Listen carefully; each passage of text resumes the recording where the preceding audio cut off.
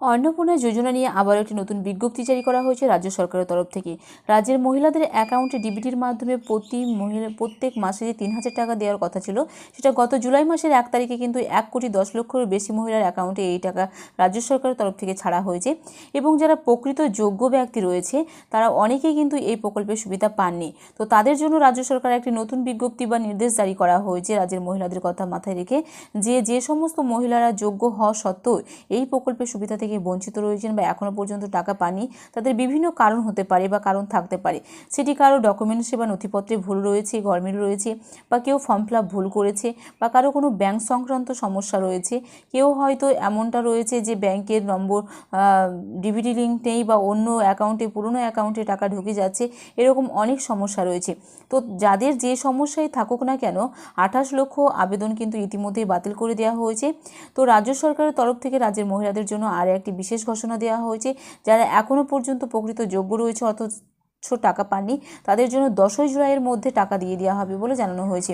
অর্থাৎ আবার নতুন করে কিন্তু এই সমস্ত মহিলাদের দেখা হবে, এবং যদি কোনো সমস্যা না থেকে থাকে তাহলে আপনাদের ১০ই জুলাইয়ের মধ্যে এই টাকা সরাসরি ডিবিটির মাধ্যমে আপনাদের অ্যাকাউন্টে ৩,০০০ টাকা ঢুকে যাবে বলে রাজ্য সরকারের তরফ থেকে জানিয়ে দেওয়া হয়েছে। আজকের এই ভিডিওতে বিস্তারিত আপনাদেরকে জানাবো কারা কারা এই প্রকল্পের সুবিধা পাবেন এবং কাদেরকে এই প্রকল্প থেকে বাদ দিয়ে দেওয়া হচ্ছে, এবং আবার তাদের আগামীতে কবে এই টাকা প্রকল্পের সুবিধা দেওয়া হবে। রাজ্যে নতুন বিজেপি সরকার গঠনের পর থেকেই মহিলাদের স্বনির্ভর করতে অন্নপূর্ণা যোজনা নিয়ে ব্যাপক উৎসাহ দেখা যাচ্ছে। এই প্রকল্পের মাধ্যমে রাজ্যের মহিলারা প্রতি মাসে ৩,০০০ টাকা করে আর্থিক সহায়তা পাচ্ছেন। রাজ্য সরকারের সাম্প্রতিক তথ্য অনুযায়ী জুলাই মাসের ১,১০,০০,০০০-এরও বেশি মহিলার ব্যাংক অ্যাকাউন্টে এই প্রকল্পের টাকা পৌঁছে গিয়েছে বলে জানা গিয়েছে। তবে এই বিশাল কর্মযজ্ঞের মাঝে উঠে এসেছে আবেদন বাতিল এবং সংশোধনের নানা খবর।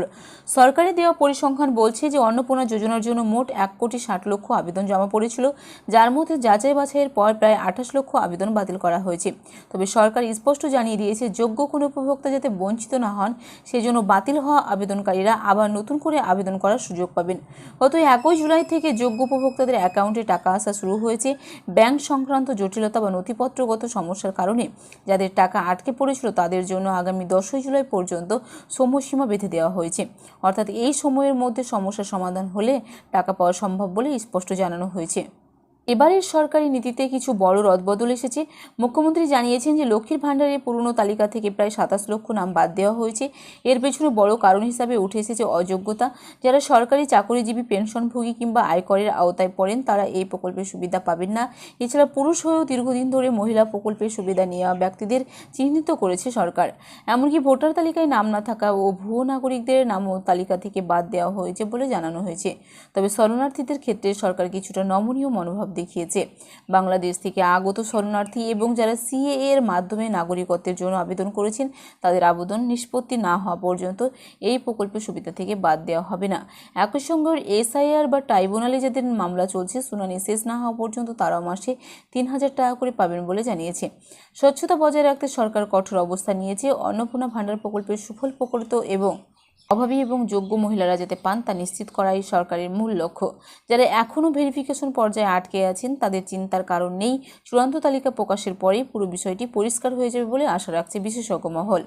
রাজ্য সরকারের কথা মতো ১,৬০,০০,০০০ মহিলার অ্যাকাউন্টে এই টাকা পৌঁছানোর কথা ছিল, কিন্তু যাচাই বাছাই করার পর ১,১০,০০,০০০ মতো ১ জুলাই কিন্তু এই টাকা সরাসরি পৌঁছে দেওয়া হয়েছে ডিবিটির মাধ্যমে রাজ্যের মহিলাদের অ্যাকাউন্টে, এবং ২৮ লক্ষ ইতিমধ্যেই বাতিল করে দেওয়া হয়েছে।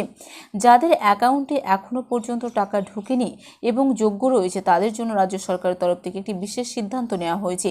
গত ১ জুলাই যোগ্য উপভোক্তাদের অ্যাকাউন্টে সরাসরি টাকা আসা শুরু করা হয়েছে। অর্থাৎ রাজ্য সরকারের তরফ থেকে সেই টাকা বোতাম টিপে কিন্তু দিয়ে দেওয়া হয়েছে রাজ্যের মহিলাদের জন্য।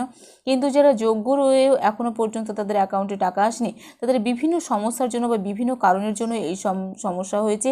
ব্যাংক সংক্রান্ত জটিলতা হতে পারে, কোনো ডকুমেন্টসের সমস্যার কারণ হতে পারে, বা যাদের টাকা আটকে পড়েছিল তাদের জন্য তাদের কোনো ব্যাংকে ডিবিটি লিঙ্ক বা অন্য কোনো সমস্যার জন্য বা কোনো নথিপত্রের জন্য কিন্তু এই সমস্যা দেখা যেতে পারে।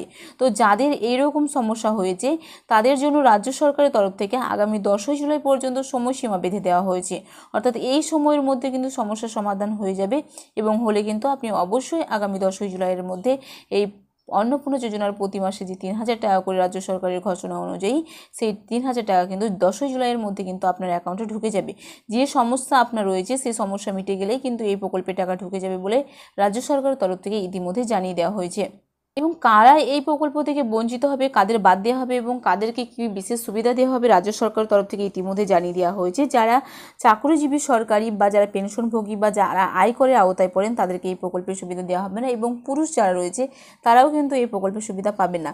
কিন্তু যারা যোগ্য এবং পাওয়ার মতো ভুয়ো নাগরিকদের কিন্তু ভোটার তালিকা থেকে নাম বাদ দেওয়া এই সমস্তদের কিন্তু পাওয়া যাবে না।